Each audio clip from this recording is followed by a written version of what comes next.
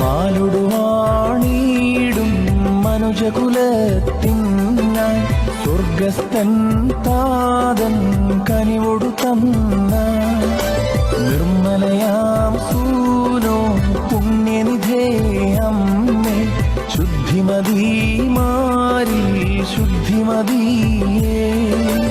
മാലൊടുവാണീടും മനുജകുലത്തിനായി സ്വർഗസ്ഥൻ താതൻ കനിവൊടു തന്ന നിർമ്മലയാം സൂനോ പുണ്യനിധേ അമ്മേ ശുദ്ധിമതീ മാരി ശുദ്ധിമതിയേ. ദൈവത്തിന്റെ ധന്യതിരുനാമത്തിന് മഹത്വം ഉണ്ടായിരിക്കട്ടെ. ഏറ്റവും ആദരണീയനായിരിക്കുന്ന ഷാർജ സെന്റ് ഗ്രിഗോറിയോസ് ഓർത്തഡോക്സ് ഇടവകയിലെ വികാരി ജോജി കെ തോമസ് അച്ഛൻ, അസിസ്റ്റന്റ് വികാരി ജെയ്സൺ തോമസ് അച്ഛൻ, ഷാർജ ഇടവകയിലെ ട്രസ്റ്റി സെക്രട്ടറി, പ്രത്യേകിച്ചും സ്ത്രീ സമാജത്തിന്റെ പ്രവർത്തകരെ, സൂം വഴിയും ഫേസ്ബുക്ക് വഴിയും ഈ സുവിശേഷം കേൾക്കുന്ന ഏവർക്കും ക്രിസ്തയേശുവിന്റെ ധന്യനാമത്തിൽ വന്ദനം. പരിശുദ്ധ ദൈവമാതാവിന്റെ ജന്മപ്പെരുന്നാളിനോട് അനുബന്ധിച്ചുള്ള 8 നോമ്പിന്റെ ഒന്നാമത്തെ ദിവസത്തിലേക്ക് നാം കടക്കുകയാണ്. Sharjah saint Gregorios orthodox church മരുഭൂമിയിലെ പരുമല എന്നറിയപ്പെടുന്ന ദേവാലയം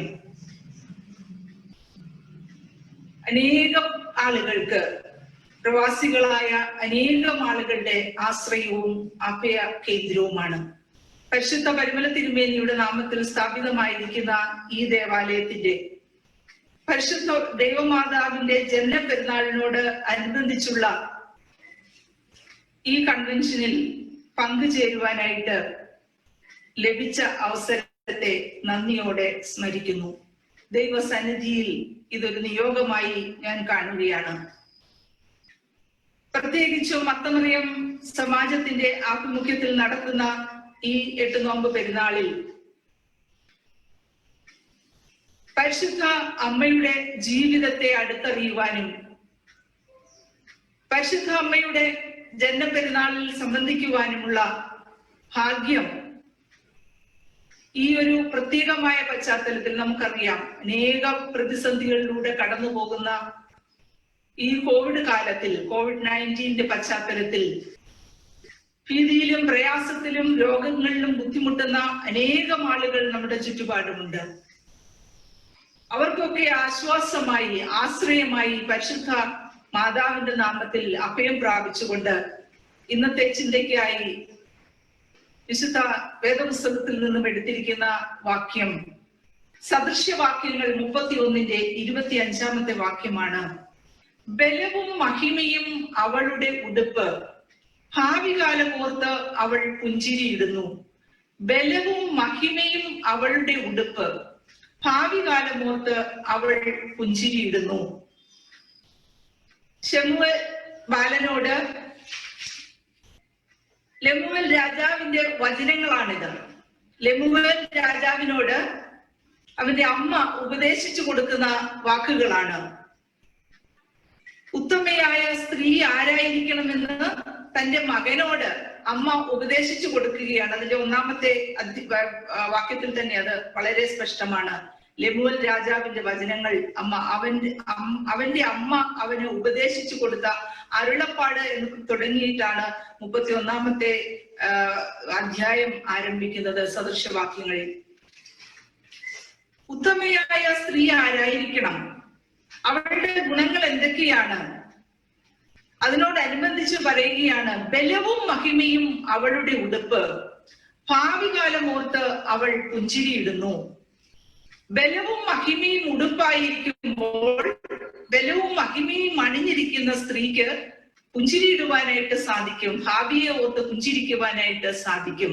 പ്രത്യേകിച്ചും ദൈവമാതാവിന്റെ ജന്മപ്പെരുന്നാളിൽ നാം പങ്കെടുക്കുമ്പോൾ, പരിശുദ്ധ അമ്മയുടെ ജീവിതത്തിലേക്ക് നാം കണ്ണോടിക്കുമ്പോൾ ഉത്തമയായ ഒരു സ്ത്രീ രത്നത്തെ നമുക്ക് കാണാനായിട്ട് സാധിക്കും. ഉത്തമയായ ഒരു കുടുംബിനിയെ നമുക്ക് കാണാനായിട്ട് സാധിക്കും. ദൈവഹിതത്തിന് സ്വയം സമർപ്പിച്ച പരിശുദ്ധ അമ്മയെ നമുക്ക് കാണാനായിട്ട് സാധിക്കും. ആ പരിശുദ്ധ അമ്മയുടെ ജീവിതം ഭാവി വരും തലമുറകൾക്കും പുഞ്ചിരിക്കുവാനുള്ള, ഭാവിയെ ഓർത്ത് പുഞ്ചിരിക്കുവാനുള്ള ഒരു അവസരമായി കാണുകയാണ്. ഭാവിയെ ഓർത്ത് പുഞ്ചിരിക്കണമെങ്കിൽ, പ്രത്യേകിച്ചും വനിതാ സമാജത്തിന്റെ, സ്ത്രീ സമാജത്തിന്റെ നേതൃത്വത്തിൽ നടത്തുന്ന ഈ ഒരു കൺവെൻഷനിൽ ഭാവിയെ ഓർത്ത് പുഞ്ചിരിക്കുവാൻ നമുക്ക് കഴിയുന്നുണ്ടോ? നമ്മോട് തന്നെ ചോദിക്കുക. എന്തിനാ? നമ്മുടെ കുടുംബത്തെ ഓർത്ത് പുഞ്ചിരിക്കുവാൻ നമുക്ക് കഴിയുന്നുണ്ടോ? നമ്മുടെ ഇടവകയെ ഓർത്ത് പുഞ്ചിരിക്കുവാൻ നമുക്ക് കഴിയുന്നുണ്ടോ? നമ്മുടെ മക്കളെ ഓർത്ത് പുഞ്ചിരിക്കുവാൻ നമുക്ക് കഴിയുന്നുണ്ടോ? ഇന്ന് വേദനകളിലൂടെ, പ്രയാസങ്ങളിലൂടെ, കരച്ചിലിലൂടെ കടന്നു പോകുന്ന അനുഭവങ്ങളാണ്. ഏതൊരമ്മയ്ക്കും തന്റെ മക്കളുടെ ഉയർച്ചയിൽ സന്തോഷിക്കുവാൻ കഴിയണം. പക്ഷേ ഇന്ന് മക്കളെ ചൊല്ലി കരയുന്ന, വേദനിക്കുന്ന അമ്മമാരുടെ ഒരു ലോകമായി മാറിക്കഴിഞ്ഞു. പ്രയാസങ്ങളുടെ നടുവിൽ, പ്രതിസന്ധികളുടെ നടുവിലാണ് ഇന്ന് എല്ലാവരും. ആർക്കും ഭാവിയെ ഓർത്ത് പോട്ടെ, ഇന്നത്തെ പ്രതിസന്ധികളിൽ പോലും നട്ടം തിരിയുന്ന ഒരു ജനവിഭാഗം. എവിടെ പുഞ്ചിരി? പുഞ്ചിരി നഷ്ടപ്പെട്ടു പോയി, സന്തോഷം നഷ്ടപ്പെട്ടു പോയി. നമുക്കറിയാം, അനേകം ആളുകൾ ഈ ഒരു കോവിഡിന്റെ പശ്ചാത്തലത്തിൽ തന്നെ ജോലി നഷ്ടപ്പെട്ടു. പ്രതിസന്ധികളാണ്. ലോണെടുത്തുമൊക്കെ ജീവിതം മുന്നോട്ട് കൊണ്ടുപോകുന്ന ആളുകൾക്ക് വളരെയധികം പ്രതിസന്ധികളാണ്. അവയൊന്നും അടച്ചു തീർക്കാൻ പറ്റുന്നില്ല. ശരിയായി ജോലി പോകാനായിട്ട് പറ്റുന്നില്ല. ജോലികൾ നഷ്ടപ്പെട്ടു. പ്രതിസന്ധികൾ, കുടുംബങ്ങളിൽ പ്രതിസന്ധികൾ. ഈ പ്രതിസന്ധികളുടെ നടുവിൽ ഭാവിയെ ഓർത്ത് നമുക്ക് എങ്ങനെ പുഞ്ചിരിക്കുവാനായിട്ട് സാധിക്കും? അതിന് വിശുദ്ധ വേദപുസ്തകം നമുക്ക് നൽകുകയാണ്, പറഞ്ഞു നൽകുകയാണ്, ബലവും മഹിമയും ഉടുപ്പായിരിക്കണം. ബലവും മഹിമയും നമുക്കറിയാം, ഡിഗ്നിറ്റി ആൻഡ് എംപവർമെന്റ്. വളരെയധികം കേൾക്കുന്ന രണ്ട് വാക്കുകളാണ്, അന്തസ്സും ശാക്തീകരണവും. ഈ ബലവും മഹിമയും ഉടുപ്പായി തീരുമ്പോൾ എങ്ങനെ നമുക്ക് ബലവും മഹിമയും ഉടുപ്പായി തീർന്ന് ഭാവിയെ ഓർത്ത് പുഞ്ചിരിക്കുവാനായിട്ട് നമുക്ക് സാധിക്കും? 4 ചിന്തകളാണ് പങ്കുവെക്കുവാനായി ആഗ്രഹിക്കുന്നത്. ഭാവിയെ ഓർത്ത് പുഞ്ചിരിക്കുവാൻ, ബലവും മഹിമയും ഉടുപ്പാക്കി തീർക്കുവാൻ, പരിശുദ്ധ അമ്മയുടെ ഓർമ്മയിൽ ശരണപ്പെട്ടുകൊണ്ട് ബലവും മഹിമയും ഉള്ളവരായി തീരുവാനായിട്ട് നമുക്ക് ഇടയാകണം. ഒന്നാമത്തെ ചിന്ത എന്ന് പറയുന്നത്, നമ്മുടെ ഉള്ളിലെ ദൈവീക ചൈതന്യത്തെ നിരന്തരം പുതുക്കണം. നമ്മുടെ ഉള്ളിലുള്ള ദൈവീക ചൈതന്യത്തെ നിരന്തരം പുതുക്കുമ്പോൾ നമുക്ക് ബലമാർജിക്കുവാനായിട്ട് സാധിക്കും. ആത്മീയമായ ബലമാർജിക്കുവാനായിട്ട് സാധിക്കും. നമുക്ക് ശക്തി നേടുവാനായിട്ട് സാധിക്കും. പരിശുദ്ധ അമ്മ അതിന് നമുക്ക് മാതൃകയാണ്. ആത്മീയമായ നമ്മുടെ ചൈതന്യത്തെ, നമ്മുടെ ഉള്ളിലെ ദൈവീക ചൈതന്യത്തെ നിരന്തരം പുതുക്കുവാനായിട്ട് നമുക്ക് സാധിക്കണം. നമ്മുടെ ഉള്ളിലെ ദൈവീക ചൈതന്യത്തെ എങ്ങനെയാണ് നമുക്ക് നിരന്തരം പുതുക്കുവാനായിട്ട് സാധിക്കുന്നത്? നമ്മുടെ ഓരോരുത്തരുടെയും ഉള്ളിലുള്ള ദൈവിക ചൈതന്യത്തെ ഒന്നാമതായി നാം തിരിച്ചറിയണം. എന്റെ ഉള്ളിൽ ദൈവിക ചൈതന്യം ഉണ്ടെന്ന് മനസ്സിലാക്കുവാനായിട്ട് നമുക്ക് കഴിയണം. നമുക്കറിയാം, പരിശുദ്ധ അമ്മ യുയാക്കീം ഹന്ന ദമ്പതികളുടെ മകളായി ജനിക്കുകയാണ്. ആ ജന്മപ്പെരുന്നാളാണ് നാം ആചരിക്കുന്നത്. തന്റെ ആത്മീയ ജീവിതം, ദേവാലയത്തിൽ വളർന്നു വന്ന ഒരു യഹൂദ ബാലിക, തന്റെ ആത്മീയ ജീവിതം ദൈവസന്നിധിയിൽ സമർപ്പിക്കപ്പെട്ട ഒരു ജീവിതം, ആ ഒരു ആത്മീയ ജീവിതത്തിൽ തന്റെ ഉള്ളിലുള്ള ദൈവീക ചൈതന്യത്തെ നിരന്തരം പുതുക്കുവാൻ ബാലികയായ മറിയത്തിന് കഴിഞ്ഞു എന്നുള്ളതാണ്. അതുകൊണ്ടാണ് ക്രിസ്തു അവളുടെ ഉള്ളിൽ ഉരുവായി തീർന്നത്.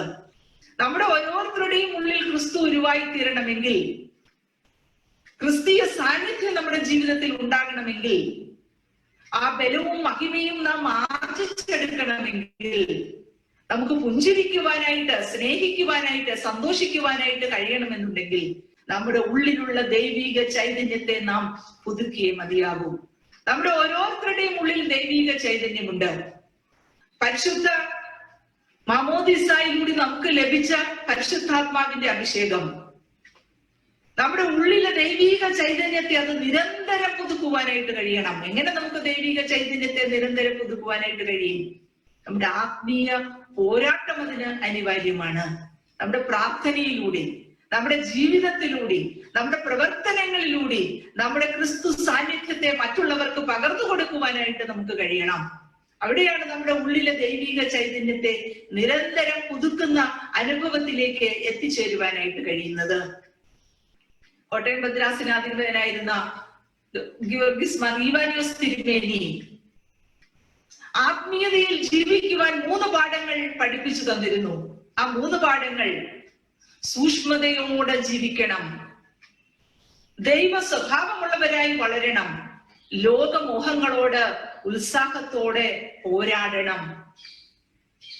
നമ്മുടെ ഉള്ളിലെ ദൈവിക ചൈതന്യത്തെ നിരന്തരം പുതുക്കണമെങ്കിൽ നാം സൂക്ഷ്മതയോടെ ജീവിക്കണം.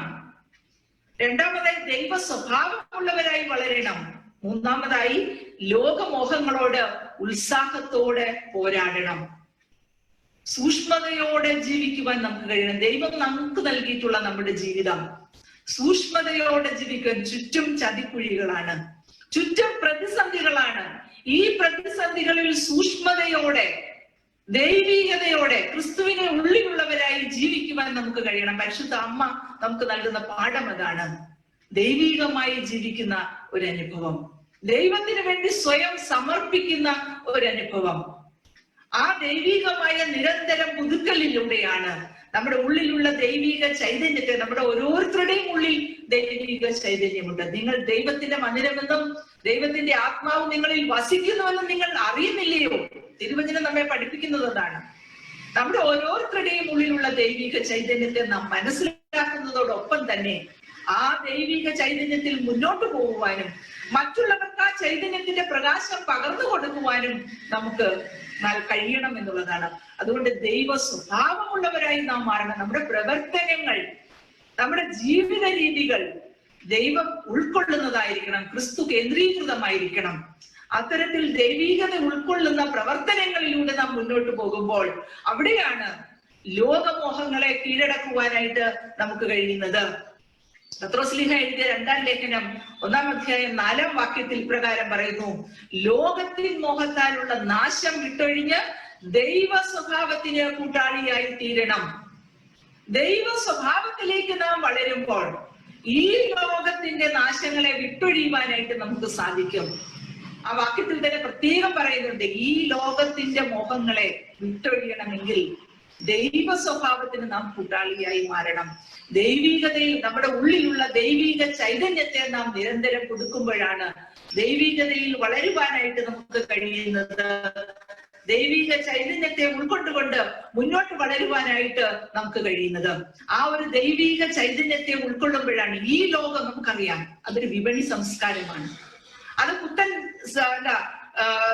ഒരു പുതിയ സംസ്കാരത്തിലേക്ക് നമ്മെ നയിക്കുകയാണ്. അവിടെ പ്രതിബദ്ധതകളില്ല, അവിടെ ആരെയും കാണുന്ന ഇല്ല, എനിക്ക് മാത്രം, എന്റേത് മാത്രം, എല്ലാം ഒരു ഉപഭോഗ സംസ്കാരത്തിന്റെ ഭാഗമായി മാറിക്കഴിയുന്നു. നാമും അതിലേക്ക് ഇഴുകിച്ചേർന്നിരിക്കുകയാണ്. അവിടെ ക്രിസ്തു കേന്ദ്രീകൃതമായ ലളിതമായ ഒരു ജീവിത ശൈലിക്ക് നാം പ്രാധാന്യം കൊടുക്കുന്നില്ല. പക്ഷെ ഇവിടെ നമ്മോട് ഓർമ്മിപ്പിക്കുകയാണ്, ഭാവിയെ ഓർത്ത് പുഞ്ചിരിക്കണമെങ്കിൽ ലളിതമായ ജീവിതത്തിലൂടെ, ക്രിസ്തു കേന്ദ്രീകൃതമായ ഒരു ജീവിതത്തിലൂടെ ദൈവ സ്വഭാവത്തിലേക്ക് വളരുവാൻ നമുക്ക് കഴിയണം. നാം മാത്രം വളർന്നാൽ പോരാ, നമ്മുടെ ഇളം തലമുറയെ ദൈവികതയിലേക്ക് നയിക്കുവാനും നമുക്ക് കഴിയണം. ഇന്നത്തെ സാമൂഹ്യ ശാസ്ത്രജ്ഞന്മാര് പറയുന്നത് ഒരു സോഷ്യൽ ഡിസ്കണക്ഷൻ സിൻഡ്രോം ബാധിച്ച തലമുറ എന്നാണ് ഇളം തലമുറയെ പറ്റി പറയുന്നത്. They are disconnect from family, they are disconnect from God, they are disconnect from the society, and they are disconnect from the church. അവരെല്ലായിടത്തു നിന്നും ഡിസ്കണക്ട് ചെയ്യപ്പെട്ടു. അവർക്ക് കണക്ഷൻ, അവരുടെ കണക്ടിവിറ്റി അവരുടെ മൊബൈലിനോടാണ്, അല്ലെങ്കിൽ അവരുടെ ഇന്റർനെറ്റ് കണക്ഷനോട് മാത്രമായി. ദൈവികതയിൽ നിന്നും മാറിപ്പോകുന്ന, ആത്മീയതയിൽ നിന്നും മാറിപ്പോകുന്ന ഒരു ജീവിത അനുഭവത്തിലേക്ക് പോയിക്കൊണ്ടിരിക്കുകയാണ് ഇളം തലമുറ. അവരെ തിരിച്ചു പിടിക്കുവാനുള്ള ഉത്തരവാദിത്വം നമുക്കുണ്ട്. അവരെ തിരിച്ചു വരണമെങ്കിൽ ഒറ്റ ചിന്ത മാത്രമേ ഉള്ളൂ, ഒറ്റ കാര്യം മാത്രമേ ഉള്ളൂ: അവരെ ദൈവവുമായി കണക്ട് ചെയ്യുക. Connect them to God. അവരെ ദൈവവുമായി, നമ്മുടെ ഇളം തലമുറയെ ദൈവവുമായി കണക്ട് ചെയ്യുവാനായിട്ട് നമുക്ക് കഴിയണം. ആ ഇളം തലമുറയെ ദൈവികമായി വളർത്തുവാനുള്ള ഉത്തരവാദിത്വം നാം ഏറ്റെടുക്കണം. പിന്നെ ഡോക്ടർ ഗീവർഗീസ് മാർ തിരുമേനി തന്റെ ജീവിതം എന്ത് പഠിപ്പിച്ചു എന്ന ഒരു ഇന്റർവ്യൂവിൽ അദ്ദേഹം പറഞ്ഞ ഒരു മറുപടി വളരെ നമ്മുടെ ഹൃദയത്തെ വേദനിപ്പിക്കുന്നതാണ്. അദ്ദേഹം പറഞ്ഞത്, എന്റെ അമ്മ, എനിക്ക് സഭാരത്നം ബഹുമതി ലഭിച്ചത് എന്റെ അമ്മയ്ക്കാണ് നൽകേണ്ടത്. എന്റെ അമ്മ എനിക്ക് വേദപുസ്തകം തന്നു, അത് വായിക്കുവാൻ എന്റെ അമ്മ എന്നെ പഠിപ്പിച്ചു. ജീവിതത്തിന്റെ ബാലപാഠങ്ങൾ എന്റെ അമ്മ എനിക്ക് പകർന്നു നൽകി. എന്താണ് ജീവിതത്തിന്റെ ബാലപാഠങ്ങൾ? ഇന്ന് തിരുമേനി ഓർമ്മിപ്പിച്ചത് ജീവിതത്തിന്റെ ബാലപാഠങ്ങൾ വിശുദ്ധ വേദപുസ്തകം എന്റെ അമ്മ എനിക്ക് നൽകിയതാണ്. അത് വായിക്കുവാൻ എന്റെ അമ്മ എന്നെ പഠിപ്പിച്ചതാണ്. അത് വായിക്കുവാൻ, അതിനനുസരിച്ച് ജീവിക്കുവാൻ, തിരുവചനം ഉൾക്കൊണ്ടുകൊണ്ട് ജീവിക്കുവാൻ, അങ്ങനെ ഉള്ളിലുള്ള ദൈവിക ചൈതന്യത്തെ നിരന്തരം പുതുക്കുവാൻ ആ ഒരു ആഹ്വാനമാണ് ഗീവർഗീസ് മാർ ഔസ്താത്യസ് തിരുമേനി നമുക്ക് നൽകുന്നത്. നമുക്കറിയാം, ജോർജ് അച്ഛൻ ഗീവർഗീസ് മാർ ഔസ്താത്യസ് തിരുമേനിയുടെ സെക്രട്ടറിയായി പ്രവർത്തിച്ച വ്യക്തിയാണ്. ആ ജീവിതത്തെ അടുത്തറിയുമ്പോൾ ഇന്നത്തെ അമ്മമാരോട് തിരുമേനി നൽകുന്ന സന്ദേശമാണ്, ഇന്നത്തെ അമ്മമാരെ കുറിച്ച് എനിക്ക് വേദനയാണ്. കാരണം അവർ മക്കളെ ദൈവികരായി വളർത്തുന്നില്ല, വേദപുസ്തകം അവർക്ക് നൽകുന്നില്ല. ഇന്നത്തെ ജീവിതത്തിൽ സ്വാർത്ഥത കൂടി, പങ്കുവെക്കൽ, ഷെയറിംഗ് നഷ്ടപ്പെട്ടു. സ്വാർത്ഥത കൂടി കുടുംബജീവിതം തകരുന്നു. കുടുംബജീവിതം തകരുന്ന ഇടങ്ങളിലേക്ക് മാറുന്നതിന്റെ പ്രധാനപ്പെട്ട ഒരു കാരണം നമ്മുടെ കുടുംബ ബന്ധങ്ങളിൽ, നമ്മുടെ ഇളം തലമുറയിൽ ദൈവീകരായി വളരുവാനുള്ള, അവരെ വളർത്തുവാനുള്ള ഉത്തരവാദിത്വം നാം ഏറ്റെടുത്തില്ലെങ്കിൽ നമ്മുടെ കുടുംബ ബന്ധങ്ങൾ താളപ്പിഴയിലായി പോകും, നഷ്ടപ്പെട്ടു പോകുമെന്ന് നാം ഓർക്കുക. അവിടെയാണ് ഭാവിയെ ഓർത്തപ്പോൾ നമുക്ക് പുഞ്ചിരിക്കുവാനായിട്ട് കഴിയില്ല. അവിടെയാണ് സങ്കടപ്പെടുന്ന, കരയുന്ന അമ്മമാരെ നമുക്ക് കാണുവാനായിട്ട് സാധിക്കുന്നത്. അനേകം ആളുകൾ സങ്കടപ്പെടുകയാണ്. ആ ഭാവിയെ ഓർത്ത് പുഞ്ചിരിക്കണമെങ്കിൽ നമ്മുടെ ഇളം തലമുറയെ ദൈവീകരായി വളർത്തുവാനുള്ള ഉത്തരവാദിത്വം നാം ഏറ്റെടുക്കണം. അവരെ ദൈവീകരായി വളർത്തണമെങ്കിൽ ആരാധനയിൽ അവരെ പങ്കാളിത്തം ഉണ്ടാകണം, സൺഡേ സ്കൂളുകളിൽ അവരെ പഠിപ്പിക്കണം, ദൈവികമായ പാഠങ്ങൾ അവർക്ക് പകർന്നു നൽകണം. ആ ദൈവീകതയിലൂടെ മാത്രമേ മുന്നോട്ട് വളരുവാനായിട്ട് അവർക്ക് സാധിക്കുകയുള്ളൂ. ഡോക്ടർ APJ അബ്ദുൽ കലാം നമുക്കറിയാം, മുൻ രാഷ്ട്രപതിയായിരുന്നു, അതിലുപരി വലിയ ശാസ്ത്രജ്ഞനായിരുന്നു. അദ്ദേഹം തന്റെ അഗ്നിച്ചിറകുകൾ എന്ന് പറയുന്ന തന്റെ പുസ്തകത്തിന്റെ ആമുഖത്തിൽ എഴുതിയിരിക്കുന്ന ഒരു വാചകമുണ്ട്, ആത്മീയമായും എന്റെ ജീവിതം വളരെ ഔന്നത്യത്തിലായിരുന്നു, സാമ്പത്തികമായും എന്റെ ജീവിതം വളരെ പ്രതിസന്ധിയിലായിരുന്നു എങ്കിലും ആത്മീയമായും ഞങ്ങളുടെ കുടുംബം ഔന്നത്യത്തിലായിരുന്നു. അദ്ദേഹം പറയുകയാണ്, എന്റെ അപ്പനിൽ നിന്ന് സത്യസന്ധതയും എന്റെ അമ്മയിൽ നിന്ന് ദൈവവിശ്വാസവും ഞാൻ പഠിച്ചു. എന്റെ അപ്പനിൽ നിന്ന് സത്യസന്ധതയും എന്റെ അമ്മയിൽ നിന്ന് ദൈവവിശ്വാസവും പഠിക്കുവാൻ അദ്ദേഹത്തിന് കഴിഞ്ഞു എന്നുള്ളതാണ്. നോർത്തു നോക്കി, നമ്മുടെ ഓരോരുത്തരുടെയും ജീവിതത്തിൽ നമ്മുടെ കുഞ്ഞുങ്ങൾക്ക് നമുക്ക് പകർന്നു കൊടുക്കുവാനായിട്ട് ഈ സത്യസന്ധതയും ഈ ദൈവവിശ്വാസവും അവർക്ക് പകർന്നു കൊടുക്കുവാൻ മാതാപിതാക്കളായി നമുക്ക് കഴിയുന്നുണ്ടോ? നാം ഒന്ന് ഓർത്തു നോക്കുക. അവിടെയാണ് ദൈവീകരായി വളരുവാനുള്ള ഒരു ആഹ്വാനം, ദൈവീകതയിൽ അടിയുറച്ചു നിൽക്കുവാനുള്ള ഒരു ആഹ്വാനം. നമ്മുടെ ആചാരങ്ങളും നമ്മുടെ അനുഷ്ഠാനങ്ങളും നമ്മുടെ നോമ്പും ഒക്കെ ചിലരൊക്കെ ചോദിക്കാം, എന്തിനാണ് 8 നോയമ്പ് നോക്കുന്നത്, എന്തിനാണ് 15 നോയമ്പ് നോക്കുന്നത്, എന്തിനാണ് വലിയ നോമ്പ് നോക്കുന്നത്? ഈ നോമ്പും ആചാരങ്ങളും അനുഷ്ഠാനങ്ങളും ഒക്കെ, കുമ്പിടിലും പ്രാർത്ഥനയും ഉപവാസവും ഒക്കെ നമുക്ക് നൽകുന്ന ഒരു ആത്മീയ പാഠമുണ്ട്. അത് നമ്മെ ദൈവികരായി വളർത്തുന്ന പാഠമാണ്, ദൈവിക ചിന്തയിലേക്ക് നമ്മെ ഉയർത്തുന്ന പാഠങ്ങളാണ്. ആ ദൈവികമായ അനുഭവത്തിലൂടെ വളരുമ്പോഴാണ് സങ്കീർത്തനക്കാരൻ പറയുന്നത് പോലെ, നിന്റെ പ്രമാണങ്ങളിൽ ഞാൻ വിവേകമുള്ളവനാകുന്നു, അതുകൊണ്ട് ഒരു വ്യാജമാർഗത്തിലും ഞാൻ പോവുകയില്ല. സങ്കീർത്തനം 119 104 വാക്യമാണ്. നിന്റെ പ്രമാണങ്ങളിൽ ഞാൻ വിവേകമുള്ളവനാകുന്നു, അതുകൊണ്ട് ഒരു വ്യാജമാർഗവും ഞാൻ അന്വേഷിക്കുകയില്ല.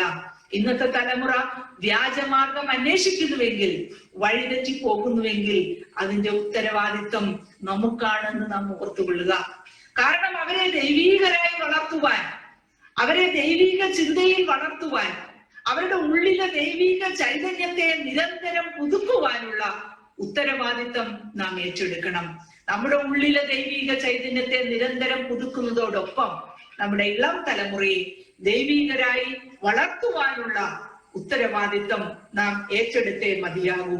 അതുകൊണ്ട് നേരോടെ ജീവിക്കുവാൻ, സത്യസന്ധതയിൽ ജീവിക്കുവാൻ, ദൈവവിശ്വാസത്തിൽ അടിയുറച്ച് ജീവിക്കുവാൻ, അത്തരത്തിലൊരു ജീവിത ശൈലി, ഒരു ലളിതമായ ജീവിത ശൈലി രൂപപ്പെടുത്തുവാൻ പരിശുദ്ധ അമ്മ നമുക്ക് കാട്ടിത്തന്നതുപോലെ ദേവാലയത്തിൽ ദൈവീക ശുശ്രൂഷയിൽ വളർന്നു വരുന്ന ഒരു യഹൂദ ബാലികയാണ് മറിയത്തെ നമുക്ക് കാണുവാനായിട്ട് സാധിക്കുന്നത്.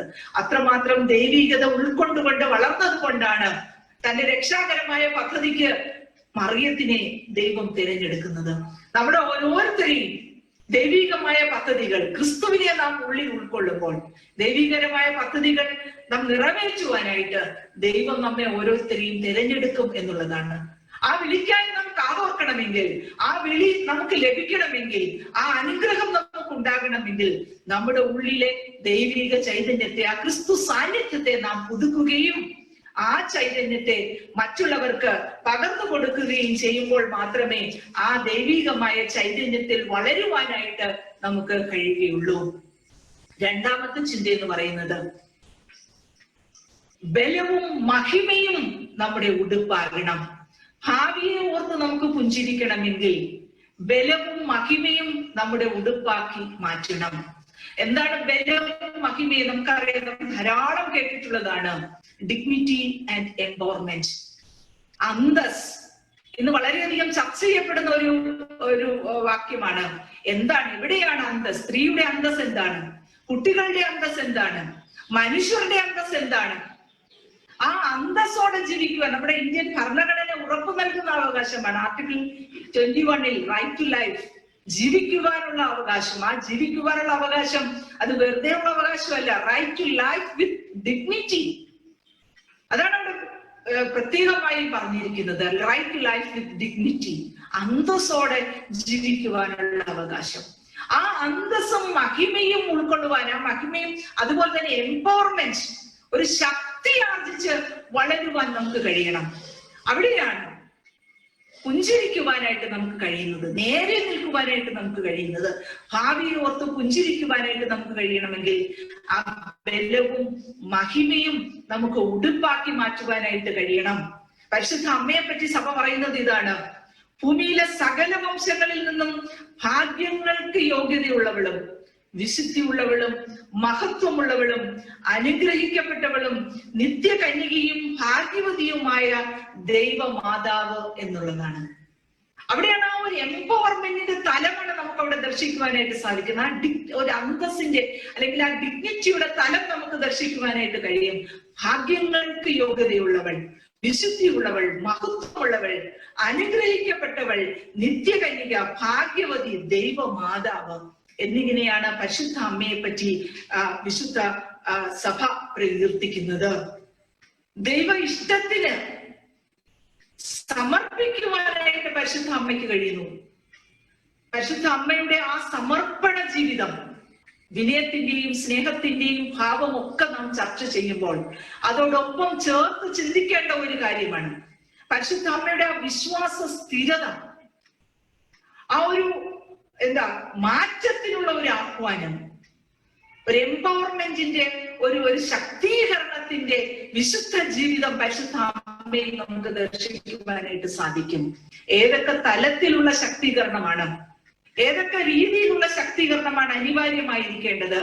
ആ ബലവും മഹിമയും നാം ആർജിക്കുമ്പോൾ അന്തസ്സോടെ, ഡിഗ്നിറ്റിയോടെ സമൂഹത്തിൽ നേരെ നിൽക്കുവാൻ നമുക്ക് കഴിയണമെങ്കിൽ നമ്മുടെ ഉള്ളിലുള്ള ദൈവിക ചൈതന്യത്തെ, ആത്മീയമായ ബലത്തെ നാം പുതുക്കുന്നതോടൊപ്പം തന്നെ ഒരു ശക്തി ആർജിക്കുവാനായിട്ട് നമുക്ക് കഴിയണം, എംപവർമെന്റ് ആർജിക്കുവാനായിട്ട് നമുക്ക് കഴിയണം. ഏതൊക്കെ തലങ്ങളിൽ നാം എംപവർമെന്റ് ആർജിക്കണം എന്നുള്ളതാണ്. അത് ഭൗതികമായും ശക്തി ആർജിക്കുവാൻ നമുക്ക് കഴിയണം. Intellectual empowerment. സമൂഹത്തിൽ നാം ജീവിക്കുമ്പോൾ സമൂഹത്തിൽ നടക്കുന്ന കാര്യങ്ങളെ പറ്റി നമുക്ക് ബോധ്യമുണ്ടാകണം. ഒരു ഭൗതികമായ നമ്മുടെ ജീവിത നിലവാരങ്ങളെ പറ്റി, ജീവിത തലങ്ങളെ പറ്റി, നാം ഏർപ്പെടുന്ന മേഖലകളെ പറ്റിയൊക്കെ അറിവ് നാം നേടിയെടുക്കണം. ആ അറിവുകൾ നാം നേടുമ്പോഴാണ് നമുക്ക് നേരെ നിൽക്കുവാനായിട്ട് കഴിയുന്നത്, ഭാവിയെ ഓർത്ത് പുഞ്ചിരിക്കുവാനായിട്ട് നമുക്ക് കഴിയുന്നത്. അപ്പൊ ഭൗതികമായി നാം ശക്തി ആർജിക്കണം, ഭൗതികമായി നാം ശക്തി ആർജിക്കുമ്പോൾ നിലവിലുള്ള നിയമങ്ങളെ പറ്റി നമുക്ക് ബോധ്യമുള്ളവരായിരിക്കണം. ഇന്ന് സ്ത്രീ സുരക്ഷിതത്വത്തിനും സംരക്ഷണത്തിനും ധാരാളം നിയമങ്ങൾ ഇന്ന് നിലവിലുണ്ട്. അത്തരത്തിലുള്ള നിയമങ്ങളെ പറ്റി നാം ബോധ്യമുള്ളവരാകണം. നമ്മുടെ സ്വത്തവകാശത്തെ പറ്റിയുള്ള നിയമങ്ങൾ ഇന്ന് നിലവിലുണ്ട്. സ്ത്രീക്ക് തുല്യാവകാശമാണ് പിതൃസ്വത്തിൽ. എങ്ങനെയാണ് അത് ലഭ്യമാകുന്നത്? എവിടെ നിന്നാണ് അത് ലഭ്യമാകുന്നത്? ഇത്തരത്തിലുള്ള നിയമങ്ങളെ പറ്റി ധാരാളം. അതുപോലെ തന്നെ protection and welfare of parents and elders. ഇന്ന് പ്രായമായ വൃദ്ധ മാതാപിതാക്കൾ ഒറ്റപ്പെട്ട് കഴിയുന്ന അനേകം ഭവനങ്ങളുണ്ട്. പ്രതിസന്ധികൾ കഴിയുന്ന അനേകം ആളുകളുണ്ട്. അപ്പൊ അവർക്ക് എങ്ങനെയൊക്കെയാണ് സംരക്ഷണം ലഭിക്കുന്നത്? അതുപോലെ റൈറ്റ് ടു ഇൻഫർമേഷൻ, അറിയുവാനുള്ള നമ്മുടെ ആഗ്രഹം, അത് നമുക്ക് പകർന്നു നൽകുവാനുള്ള ഉത്തരവാദിത്തം ഗവൺമെന്റിനുണ്ട്. അത്തരത്തിലുള്ള അറിവുകൾ, നിയമങ്ങൾ, നമ്മുടെ സമൂഹത്തിലെ ചുറ്റുപാടുകളെ പറ്റിയുള്ള അറിവുകൾ നാം നേടിയെടുക്കുമ്പോഴാണ് ഭൗതികമായും നാം ഉന്നതി പ്രാപിക്കുന്നത്, ഇന്റലക്ച്വലായിട്ട് നമുക്ക് വളരാനായിട്ട് കഴിയുന്നത്. ദൈവിക പദ്ധതികൾ, ദൈവവചനത്തിലെ പാഠങ്ങൾ നാം ഉൾക്കൊള്ളുമ്പോഴാണ് കൂടുതൽ കൂടുതൽ ഇന്റലക്ച്വലായിട്ട് നമുക്ക് മുന്നേറുവാനായിട്ട് കഴിയുന്നത്. അതോടൊപ്പം തന്നെ ടെക്നോളജിക്കലായിട്ടുള്ള അറിവുകൾ ഇന്നത്തെ കാലഘട്ടത്തിൽ, പ്രത്യേകിച്ചും ഈ ഒരു സാഹചര്യത്തിൽ, ഇപ്പൊ സ്കൂളുകളിലോ കോളേജുകളിലോ ഒന്നും നമുക്ക്, ഈവൻ പള്ളികളിൽ പോലും നമുക്ക് പോകാനായിട്ട് സാധിക്കുന്നില്ല. അപ്പൊ എങ്ങനെയാണ് ആരാധനയിൽ പങ്കുചേരാൻ കഴിയുന്നത്? വീട്ടിൽ ഇരുന്നത് കൊണ്ട് എങ്ങനെ ഈ ടെക്നോളജി ഉപയോഗിച്ചുകൊണ്ട് നമുക്ക് അതിൽ പങ്കുചേരാനായിട്ട് സാധിക്കും? അങ്ങനെ പുതിയ പുതിയ ടെക്നോളജികളെ പറ്റിയുള്ള അറിവുകൾ നാം നേടിയെടുക്കണം. അവ എങ്ങനെ നമുക്ക് പ്രയോഗത്തിൽ നന്മയ്ക്കായി ഉപകരിക്കാമെന്ന് നാം മനസ്സിലാക്കിയെടുക്കണം. അതിന്റെ നന്മ തിന്മകളെ വേർതിരിച്ചറിയുവാനായിട്ട് നമുക്ക് കഴിയണമെങ്കിൽ നാം ഭൗതികമായും ശക്തി ആർജിച്ചെങ്കിലേ മതിയാകും. ആ ഭൗതികമായ ശക്തി നാം ആർജിക്കണം. പരിശുദ്ധ മാതാവിന്റെ ജീവിതം നാം എടുത്തു നോക്കുമ്പോൾ സംശയം ഉണ്ടായപ്പോൾ അത് ദൂരീകരിക്കുന്നതായിട്ട് നമുക്ക് കാണാനായിട്ട് സാധിക്കും.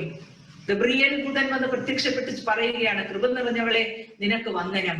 ആ വന്ദന സ്വരം കേട്ട് സന്തോഷിക്കുകയല്ല മാതാവ് ഉണ്ടായത്. അവൾ ഭ്രമിച്ചു, എന്തൊരു വന്ദനം ഇത്. പക്ഷേ തന്റെ ഉള്ളിലുള്ള ആകുലതകൾ മറച്ചു വെക്കുകയല്ല, ചോദിക്കുകയാണ്. തിരിച്ചൊരു മറുചോദ്യം ഗബ്രിയേൽ മാലാഖയോട് ചോദിക്കുകയാണ്, പുരുഷനെ അറിയാതെ ഇതെങ്ങനെ സംഭവിക്കും?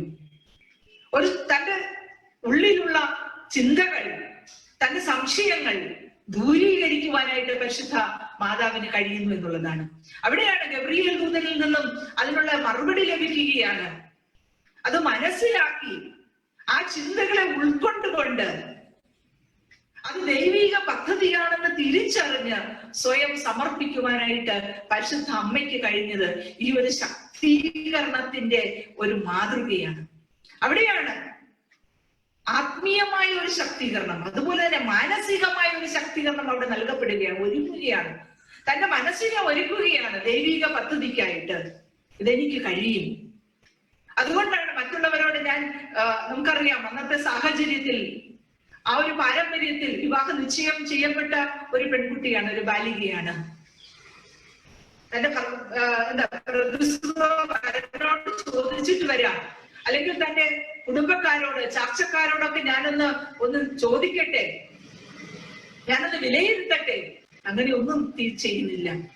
തന്റെ ശരിയായ തീരുമാനം, കൃത്യസമയത്ത് ശരിയായ തീരുമാനം പരിശുദ്ധ അമ്മയെ ദൈവമാതാവായി ഉയർത്തുകയാണ്. ക്രിസ്തുവിനെ ഉള്ളിൽ വഹിക്കുവാൻ ഉള്ള ഭാഗ്യം അവൾക്ക് ലഭിക്കുകയാണ്.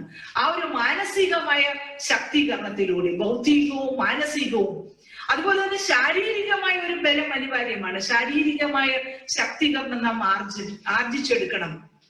നമ്മുടെ ശരീരത്തെ മനസ്സിൽ നിന്ന് മാറ്റിവെക്കുവാനായിട്ട് സാധിക്കുകയില്ല. ശാരീരികമായ ഒരു ബലം നമുക്കുണ്ടാകണം. അതുപോലെ തന്നെ സാമ്പത്തികമായ ഒരു ശക്തീകരണം നമുക്കുണ്ടാകണം. 50% വരുന്ന സ്ത്രീകൾ അവരുടെ കഴിവുകൾ, അവരുടെ വിഭവശേഷി അടുക്കളയിൽ ഒതുക്കി തീർക്കുവാനുള്ളതല്ല. അതിനപ്പുറത്തേക്ക് നല്ല നല്ല പ്രവർത്തനങ്ങളിലൂടെ ദൈവം നമുക്ക് നൽകിയിട്ടുള്ള നമ്മുടെ കഴിവുകൾ, നാം ആർജിച്ചെടുത്ത കഴിവുകൾ, ദൈവികമായി ലഭിച്ചിട്ടുള്ള കഴിവുകൾ, ഇവയൊക്കെ ചേർത്ത് വെച്ച് മറ്റുള്ളവർക്ക് നന്മയ്ക്ക് ഉതകുന്ന തരത്തിലുള്ള പ്രവർത്തനങ്ങളിലേക്ക് മുന്നോട്ട് പോകുമ്പോൾ സാമ്പത്തികമായ ഔന്നത്യം, സാമ്പത്തികമായ ശക്തീകരണത്തിലേക്ക് എത്തിച്ചേരുവാനായിട്ട് നമുക്ക് കഴിയുന്നു. അതുകൊണ്ട് നമ്മുടെ ലഭ്യമായ കഴിവും അറിവും വിജ്ഞാനവും വിവരവും ഒക്കെ ചേർത്തിണക്കി അത് പ്രയോജനപ്രദമായ മേഖലകളിലേക്ക് നാം മാറ്റുമ്പോൾ സാമ്പത്തികമായ ഒരു ശക്തീകരണത്തിലേക്ക് നമുക്ക് മുന്നോട്ട് പോകാനായിട്ട് സാധിക്കും. അവിടെ നമുക്ക് ഭാവിയെ ഓർത്ത് പുഞ്ചിരിക്കുവാനായിട്ട് സാധിക്കും എന്നുള്ളതാണ്. അപ്പൊ വിവിധ തരത്തിലുള്ള ശക്തീകരണത്തിലൂടെ സാമ്പത്തികവും സാംസ്കാരികവുമായ ശക്തീകരണം, നമ്മുടെ സമൂഹത്തിലെ ഉൾത്തുടുപ്പുകളെ നാം മനസ്സിലാക്കണം. നമ്മുടെ മാധ്യമങ്ങൾ നമുക്ക് നൽകുന്നത് എന്താണ്? സാംസ്കാരികമായ എന്ത് ശക്തീകരണമാണ് നമുക്ക് നൽകുന്നത്?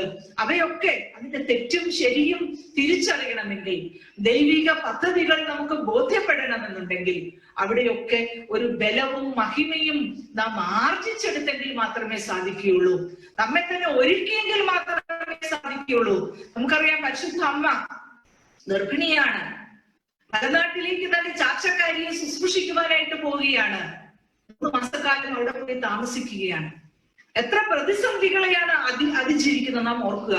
ഈ പ്രതിസന്ധികളിൽ തളരാതെ ഇരിക്കണമെങ്കിൽ ദൂരത്തെ അതിജീവിക്കുന്നു. അന്ന് ഒറ്റയ്ക്ക് ഒരു പെൺകുട്ടി അവിടെ വരെ എത്തണമെങ്കിൽ ഇച്ചിരി പ്രയാസമുള്ള ഒരു കാലഘട്ടമാണ്. ആ ദൂരത്തെ അതിജീവിക്കുകയാണ്.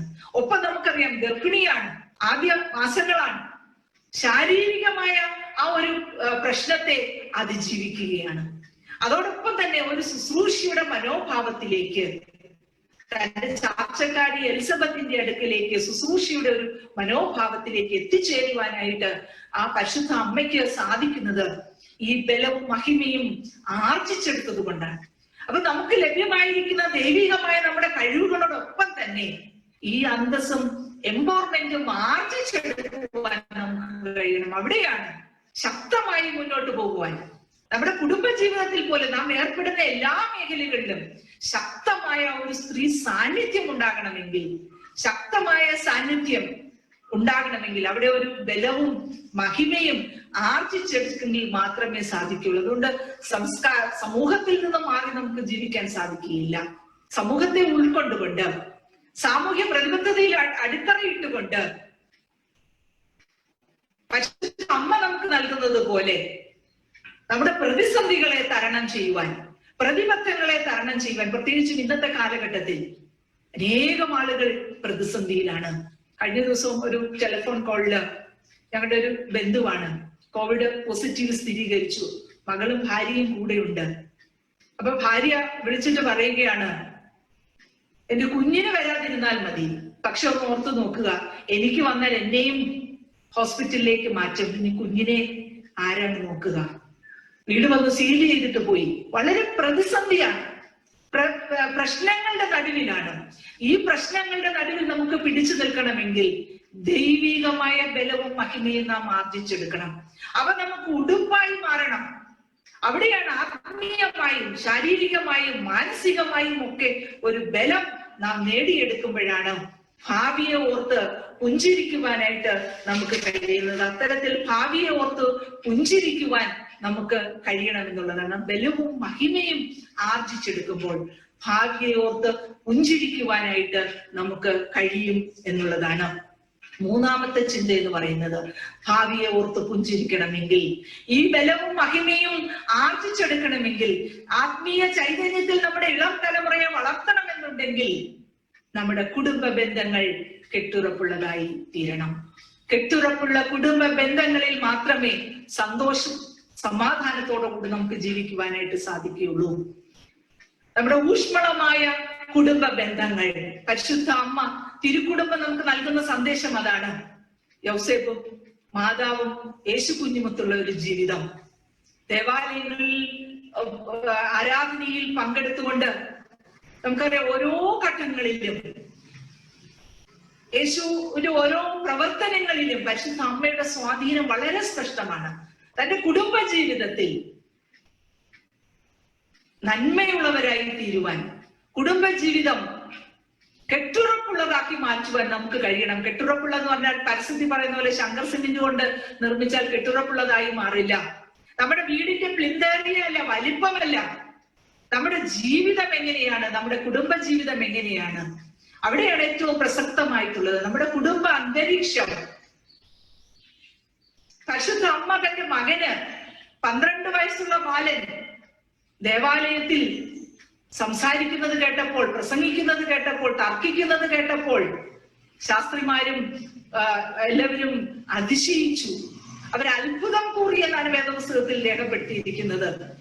കാരണം ഈ അറിവ് എവിടുന്നാണ് ശിശുവായ അല്ലെങ്കിൽ 12 വയസ്സായ ബാലന് ലഭിക്കുന്നത്? തന്റെ അമ്മയിൽ നിന്നും സമൂഹത്തിൽ നിന്നും ഒക്കെ ആർജിച്ചെടുത്ത കഴിവുകളാണ്. അപ്പോൾ നമ്മുടെ കുടുംബ ജീവിതത്തിൽ സങ്കീർത്തനങ്ങളും ന്യായപ്രമാണങ്ങളും ഒക്കെ 12 വയസ്സിൽ ഹൃദ്യമാക്കിയ യേശു കുഞ്ഞിനെ അല്ലെങ്കിൽ ബാലനായ യേശുവിനെ നമുക്ക് കാണാനായിട്ട് കഴിയും. തന്റെ അമ്മയിൽ നിന്ന് ലഭിക്കുന്ന പാഠങ്ങൾ, ആ അമ്മ പകർന്നു നൽകുന്ന പാഠങ്ങൾ, അവിടെ കെട്ടുറപ്പുള്ള കുടുംബ ബന്ധങ്ങളിൽ നമ്മുടെ ജീവിതം, നമ്മുടെ കുടുംബം സുരക്ഷിതരായി മുന്നോട്ട് പോകാനായിട്ട് സാധിക്കുമെന്നുള്ളതാണ്. അതുകൊണ്ട് നമ്മുടെ കുഞ്ഞുങ്ങൾ ദൈവപ്രസാദമുള്ളവരായി മാറണമെങ്കിൽ, നമ്മുടെ ജീവിതം ദൈവികമായി മുന്നോട്ട് പോകണമെങ്കിൽ, ബലവും മഹിമയും ആർജിച്ചെടുക്കണമെങ്കിൽ കുടുംബ ബന്ധങ്ങൾ ഊഷ്മളതയുള്ളതായിരിക്കണം. ഇന്നത്തെ സമൂഹം വളരെയധികം മാറിപ്പോയി. കൊച്ചു കൊച്ചു കാര്യങ്ങളിൽ കുടുംബ കോടതികളിലേക്ക് എത്തപ്പെടുന്ന ഒരു സാഹചര്യമാണ്. അനേകം പ്രതിസന്ധികൾ, കുടുംബജീവിതം തകർന്നുകൊണ്ടിരിക്കുന്ന ഒരു കാലഘട്ടത്തിലാണ് നാം ജീവിക്കുന്നത്. പ്രത്യേകിച്ചും യങ് ജനറേഷൻ വിവാഹം കഴിച്ച് 2-3 മാസം പോലും ഒരുമിച്ച് ജീവിക്കുവാൻ കഴിയാതെ വരുന്ന സാഹചര്യങ്ങൾ. അനേകം ആളുകൾ കുടുംബ കോടതികളുടെ അഭയം തേടുകയാണ്. നമുക്കറിയാം, 5 മിനിറ്റ് കൊണ്ട് പറഞ്ഞു തീർക്കേണ്ട കുടുംബ പ്രശ്നങ്ങളാണ് 5 വർഷത്തിലധികം കോടതി കയറി ഇറങ്ങുന്നത്. എത്രമാത്രം സമയം, എത്രമാത്രം പണം, എത്രമാത്രം ആരോഗ്യം, നല്ല ജീവിതമൊക്കെയാണ് നാം നശിപ്പിച്ചു കളയുന്നത് എന്ന് ഓർക്കണം. വെറും 5 മിനിറ്റ് കൊണ്ട് സ്വസ്ഥമായി അല്പസമയം ഒന്ന് ചിന്തിച്ചാൽ, അല്പസമയം ഒന്ന് ക്ഷമിക്കാൻ കഴിഞ്ഞാൽ, ഒന്ന് സ്നേഹിക്കാൻ കഴിഞ്ഞാൽ കുടുംബ പ്രശ്നങ്ങൾ പരിഹരിക്കുവാനായിട്ട് നമുക്ക് കഴിയും. അവിടെ അതിന് സമയം കൊടുക്കാതെ എവിടെയെങ്കിലും എന്തെങ്കിലും ഒക്കെ കേട്ടുകൊണ്ട് പ്രതിസന്ധികൾ നിറഞ്ഞു നിൽക്കുന്ന കുടുംബ അന്തരീക്ഷമാണ് ഇന്നത്തെ ചുറ്റുപാടുകളിൽ നമുക്ക് കാണാനായിട്ട് സാധിക്കുന്നത്. അത് സംശയരോഗമാകാം, മദ്യമയക്കുമരുന്നുകളുടെ പ്രശ്നങ്ങളാകാം, അല്ലെങ്കിൽ മറ്റേതെങ്കിലും തരത്തിലുള്ള ഇന്നത്തെ ഏറ്റവും അധികം വിവാഹേതര ബന്ധങ്ങളാകാം. ഇത്തരത്തിലുള്ള അനേകം പ്രതിസന്ധികൾ, ആരെയും വകവെക്കാത്ത സാമ്പത്തിക പ്രതിസന്ധികൾ, മറ്റുള്ളവരെ ഉൾക്കൊള്ളുവാൻ കഴിയാത്ത ജീവിത രീതികൾ, നമ്മൾ വളർത്തപ്പെടുന്ന സാഹചര്യങ്ങൾ, ഇവയൊക്കെ കുടുംബ പ്രശ്നങ്ങളിലേക്ക് തള്ളിയിടുകയാണ്. ഈ കുടുംബ ബന്ധങ്ങൾ ശിഥിലപ്പെട്ടു പോകുമ്പോൾ, നഷ്ടപ്പെട്ടു പോകുമ്പോൾ, നഷ്ടപ്പെടുന്നത് നമ്മുടെ ജീവിതമാണെന്ന് നാം ഓർത്തുകൊള്ളുക. അപ്പൊ ആദ്യം ഓർത്ത് പുഞ്ചിരിക്കുവാൻ നമുക്ക് കഴിയണമെങ്കിൽ കെട്ടുറപ്പുള്ള കുടുംബ ബന്ധങ്ങളിൽ മാത്രമേ, ഊഷ്മളതയുള്ള കുടുംബ ബന്ധങ്ങളിൽ മാത്രമേ, ചേർത്ത് പിടിക്കുന്ന കുടുംബ ബന്ധങ്ങളിൽ മാത്രമേ സമാധാനത്തോടെ സന്തോഷത്തോടെ നിലനിൽക്കുവാനായിട്ട് കഴിയുകയുള്ളൂ. പരിശുദ്ധ അമ്മയുടെ ജീവിതവും കുടുംബ ജീവിതവും അതാണ് നാം ഓർത്തിരിക്കേണ്ടത്. ഒരു ഉത്തമയായ കുടുംബിനിയെ പരിശുദ്ധ അമ്മയിൽ കൂടി നമുക്ക് ദർശിക്കുവാനായിട്ട് സാധിക്കും. അതുപോലെ തന്നെ ജോസഫിനെ നമുക്ക് കാണുവാനായിട്ട് കഴിയും. എന്തൊക്കെ പ്രതിസന്ധികൾ ഉണ്ടെങ്കിലും പരിശുദ്ധ അമ്മയെ ചേർത്തു പിടിക്കുന്ന ജോസഫിനെ നമുക്ക് കാണാനായിട്ട് സാധിക്കും. എന്തൊക്കെ പ്രതിസന്ധികളാണ് പരിശുദ്ധ അമ്മ തന്റെ ജീവിതത്തിൽ അനുഭവിച്ചു തീർത്തു. നമ്മൾ ഓർത്തു നോക്കി. ആ പ്രതിസന്ധികൾ നാം ഓർക്കുമ്പോൾ നമ്മുടെ കുടുംബ ജീവിതത്തിൽ എന്തെങ്കിലും പ്രതിസന്ധി ഉണ്ടോ? എന്തൊക്കെ പ്രതിസന്ധികളാണ്? ലൂക്കോസിന്റെ സുവിശേഷം 1-ാം അധ്യായം 31-ാമത്തെ വാക്യത്തിൽ നീ ഗർഭം ധരിച്ച് ഒരു മകനെ പ്രസവിക്കുമെന്ന് ഗബ്രിയേൽ ദൂതൻ പറയുമ്പോൾ ഒന്ന് ഓർത്തു നോക്കിയേ. വിവാഹ നിശ്ചയം ചെയ്യപ്പെട്ട കന്യകയായ ഒരു പെൺകുട്ടിയോടാണ് പറയുന്നത്, നീ ഗർഭം ധരിച്ച് ഒരു മകനെ പ്രസവിക്കും. എത്രമാത്രം അവളുടെ ഉള്ളു കലങ്ങിയിട്ടുണ്ട്, എത്രമാത്രം വേദനപ്പെട്ടിട്ടുണ്ട് നാം ഓർക്കുക. അതുപോലെ തന്നെ മത്തായിയുടെ സുവിശേഷം വിശുദ്ധ മത്തായി 1:19 മറിയത്തെ ഗൂഢമായി ഉപേക്ഷിക്കുവാൻ ജോസഫ് തീരുമാനിക്കുന്നു. ഓർത്തുനോക്കി, മറിയത്തെ ഗൂഢമായി ഉപേക്ഷിക്കുവാൻ തീരുമാനിക്കുന്നു. എന്ത് വേദനയുടെ അനുഭവത്തിലൂടെയാണ് പരിശുദ്ധ മറിയം കടന്നുപോയത്, അമ്മ കടന്നുപോയത് നാം ഓർക്കുക. ഇനി അത് കഴിഞ്ഞ് ഗർഭിണിയായി ബേത്ലഹേമിലെത്തി വഴിയമ്പലങ്ങളിൽ സ്ഥലം അന്വേഷിക്കുന്ന ഒരു ഗർഭിണി ജോസഫിനെയും അമ്മ മറിയത്തെയും നമുക്ക് കാണാൻ സാധിക്കും. വഴിയമ്പലത്തിൽ സ്ഥലമില്ലായികയാൽ പശുത്തൊട്ടിലേക്ക് അവർ മാറുകയാണ്. ഒന്ന് ഓർത്തു നോക്കി. എത്രമാത്രം ഒരു കുഞ്ഞിനെ പ്രസവിക്കുവാനുള്ള ആ ഒരു അമ്മയുടെ വേദന, അല്ലെങ്കിൽ അത് താങ്ങുവാനുള്ള ഒരു കരുത്ത്, ഒരു ആർജവത്വം, ഒരു വഴിയമ്പലത്തിൽ പോലും സ്ഥലം നിഷേധിക്കുന്ന അനുഭവം, എത്രമാത്രം വേദനകളിലൂടെയാണ് പരിശുദ്ധ അമ്മ കടന്നുപോയത്. ശിബിയോൻ പറയുന്നു, നിന്റെ പ്രാണനിൽ കൂടി ഒരു വാള് കടന്നു പോകും, നിന്റെ പ്രാണനിൽ കൂടി ഒരു വാള് കടന്നു പോകും. ഇതെല്ലാം കേട്ടിട്ട് പരിശുദ്ധ അമ്മ ഇവയെല്ലാം ഹൃദയത്തിൽ സംഗ്രഹിച്ചു എന്നാണ് പറയുന്നത്. ആരോടും പരിഭവമില്ലാതെ, പ്രതിസന്ധികൾ ഒന്നുമില്ലാതെ ഇവയൊക്കെ ഹൃദയത്തിൽ സംഗ്രഹിക്കുവാൻ പരിശുദ്ധ അമ്മയ്ക്ക് കഴിഞ്ഞു എന്നുള്ളതാണ്. അതിനുശേഷമോ കുഞ്ഞിനെ പ്രസവിച്ചു. 2 വയസ്സിൽ ഹെരോദാവ് കൽപ്പനയിടുകയാണ് 2 വയസ്സിൽ താഴെയുള്ള കുഞ്ഞുങ്ങളെ എല്ലാം കൊന്നുകളയാൻ. ഏതമ്മയ്ക്കാണ് സഹിക്കുക? ഇത്രമാത്രം വേദനകളിലൂടെ കടന്നുപോയ ഒരു സ്ത്രീ രത്നത്തെ നമുക്ക് എവിടെയാണ് കാണാൻ കഴിയുക? പരിശുദ്ധ അമ്മ അത്രമാത്രം വേദനകളിലൂടെ കടന്നു പോവുകയാണ്. ഇനിയും അതുപോലെ തന്നെ ഈജിപ്തിലേക്ക് പലായനം, കുഞ്ഞിനെയും എടുത്തുകൊണ്ട് പലായനം ചെയ്യുകയാണ്, രക്ഷപ്പെട്ട് ഓടുകയാണ്. പ്രസവ ശുശ്രൂഷ പോലും കഴിഞ്ഞിട്ടില്ല. അതിനുപരി പെരുന്നാൾ കഴിഞ്ഞു. തന്റെ മകനെ 12 വയസ്സുള്ള ബാലൻ പെരുന്നാളിന് പോയതാണ്. തിരിച്ചു വരുമ്പോൾ ചാച്ചക്കാരുടെ ഇടയിൽ കാണുമെന്ന് കരുതി നടന്നിങ്ങു പോരുന്നു. മകനെ കാണുന്നില്ല. വളർത്തി വലുതാക്കി 12 വയസ്സ് വരെ ആക്കിയ മകനെ കാണാനില്ല. ഏതമ്മയ്ക്കാണ് സഹിക്കുക? എത്രമാത്രം ആ ഹൃദയത്തിലൂടെ ആ വേദന കടന്നു പോകുന്ന അനുഭവങ്ങൾ, അത് നമ്മുടെ അനുഭവത്തിൽ വന്നെങ്കിലേ നമുക്കത് മനസ്സിലാക്കുവാനായിട്ട് സാധിക്കുകയുള്ളൂ. അതിലുപരി ക്രൂശ് ചുമന്നുകൊണ്ട് തന്റെ മകൻ പോകുമ്പോൾ ഒന്ന് തിരിഞ്ഞു നോക്കുന്ന അനുഭവം ഓർത്ത് നോക്കി. ഏതമ്മയ്ക്കാണ് സഹിക്കുക? അത്രമാത്രം വേദനകളിലും പ്രതിസന്ധികളിലും ഒക്കെ ആ അമ്മ തന്റെ ജീവിതത്തെ ഒരുക്കുന്നത് അവൾക്ക് തന്റെ ബാല്യകാലത്ത് തന്റെ കുടുംബത്തിൽ നിന്ന് ലഭിച്ച ആ ഒരു ആത്മീയത കൊണ്ട് മാത്രമാണ് പിടിച്ചു നിൽക്കുവാനായിട്ട് കഴിയുന്നത്. അതുപോലെ തന്നെ കുരിശിൽ കിടന്നുകൊണ്ട് ഇതാ നിന്റെ അമ്മ എന്ന് പറഞ്ഞുകൊണ്ട് യോഹന്നാന്റെ അടുത്ത്, ഇതാ നിന്റെ മകൻ എന്ന് യോഹന്നാന്റെ അടുത്ത്, ഇതാ എന്റെ അമ്മ, ഇതാ നിന്റെ അമ്മ എന്ന് യോഹന്നാനോടും, ഇതാ നിന്റെ മകൻ എന്ന് മറിയത്തിനോടും പറയുമ്പോൾ ആരാണ് എന്നെ ഇഷ്ടം ചെയ്യുന്നവർ? അവരാണ് എന്റെ അമ്മ. ഒന്നോർത്ത് നോക്കിയേ, സ്വന്തം അമ്മയ്ക്ക് എങ്ങനെ ഇതൊക്കെ സഹിക്കുവാനായിട്ട് സാധിക്കും? കുരിശിൽ പടയാളികൾ മരിച്ചു കഴിഞ്ഞിട്ടും കുന്തം കൊണ്ടും മകനെ കുത്തുന്ന വേദനിപ്പിക്കുന്ന അനുഭവങ്ങൾ, ഇതൊക്കെ അനുഭവിക്കുവാനായിട്ടുള്ള ഒരു ആർജവത്വം, ഒരു ശക്തി, ഒരു ദൈവികമായ ഒരു ഇടപെടൽ, ഇതൊക്കെ പരിശുദ്ധ അമ്മയ്ക്ക് ലഭിച്ചത് ആ ജീവിതം പഠിക്കുമ്പോൾ നമുക്കറിയാം. ബാല്യകാലത്തിൽ തന്നെ ദൈവികമായി വളർന്നതിന്റെ, ദൈവികമായ ആ ഒരു വളർച്ചയിൽ ഉൾക്കൊണ്ടുകൊണ്ട്, ക്രിസ്തുവിനെ ഉൾക്കൊണ്ടുകൊണ്ട്, എവിടെയെല്ലാം ദൈവീകതയെ ഉൾക്കൊണ്ടുകൊണ്ട്, ക്രിസ്തുവിനെ ഉൾക്കൊണ്ടുകൊണ്ട്, ദൈവത്തെ ഉൾക്കൊണ്ടുകൊണ്ട് മുന്നോട്ട് പോകുവാനായിട്ട്, ഇതൊക്കെ തരണം ചെയ്യുവാനായിട്ട്, പ്രതിസന്ധികളെ തരണം ചെയ്യുവാനായിട്ട്, ഈ ഒരു ആർജവത്വത്തിലേക്ക് എത്തിച്ചേരുവാനായിട്ട് പരിശുദ്ധ അമ്മയ്ക്ക് കഴിഞ്ഞു. നോക്കിയേ, ഈ വേദനകളൊക്കെ നാം ഒന്ന് മനസ്സിലാക്കുമ്പോൾ, ഒന്ന് ചിന്തിക്കുമ്പോൾ നമ്മുടെ പ്രശ്നങ്ങളോ പ്രതിസന്ധികളോ വല്ലതുമുണ്ടോ? ഇവിടെയാണ് കൊച്ചു കൊച്ചു പ്രതിസന്ധികളിൽ, ചെറിയ ചെറിയ കാര്യങ്ങളിൽ, വിവാഹത്തിന് സ്യൂട്ടിട്ടില്ലെന്നുള്ള കാരണത്താൽ, അല്ലെങ്കിൽ മറ്റേതെങ്കിലും കൊച്ചു കൊച്ചു കാരണങ്ങളാൽ, സാമ്പത്തിക സ്ഥിതി അല്ലെങ്കിൽ വലിയ ശമ്പളം കുറവെന്നുള്ള കാരണത്താൽ അംഗീകരിക്കാൻ, പരസ്പരം അംഗീകരിക്കാനോ മനസ്സിലാക്കാനോ കഴിയാതെ വിവാഹ ബന്ധങ്ങൾ ശിഥിലമാക്കിക്കൊണ്ടിരിക്കുന്ന ഈ കാലഘട്ടത്തിൽ ചേർത്ത് പിടിക്കുന്ന പ്രശ്നങ്ങളോ പ്രതിസന്ധികളോ ഒക്കെ ഉണ്ടായിക്കൊള്ളട്ടെ, അവയൊക്കെ ചേർത്ത് പിടിക്കുവാൻ ഒരു ചുംബനം കൊണ്ട്,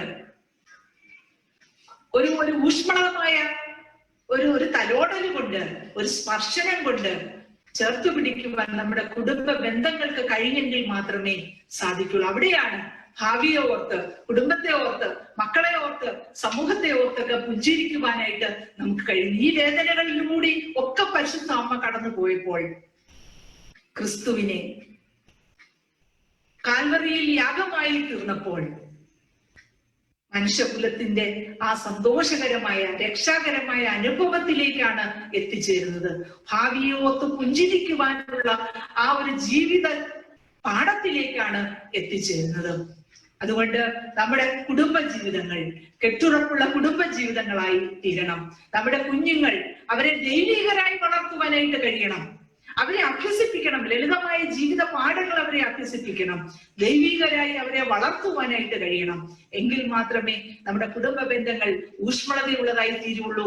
അവിടെയാണ് കെട്ടുറപ്പുള്ള കുടുംബ ബന്ധങ്ങൾ. പ്രതിസന്ധികൾ ഉണ്ടായിക്കൊള്ളട്ടെ, പ്രശ്നങ്ങൾ ഉണ്ടായിക്കൊള്ളട്ടെ. അവൻ വലിയവനാകുമെന്ന് ഗബ്രിയേൽ മാലാഖ പ്രവചിച്ചത് പരിശുദ്ധ അമ്മ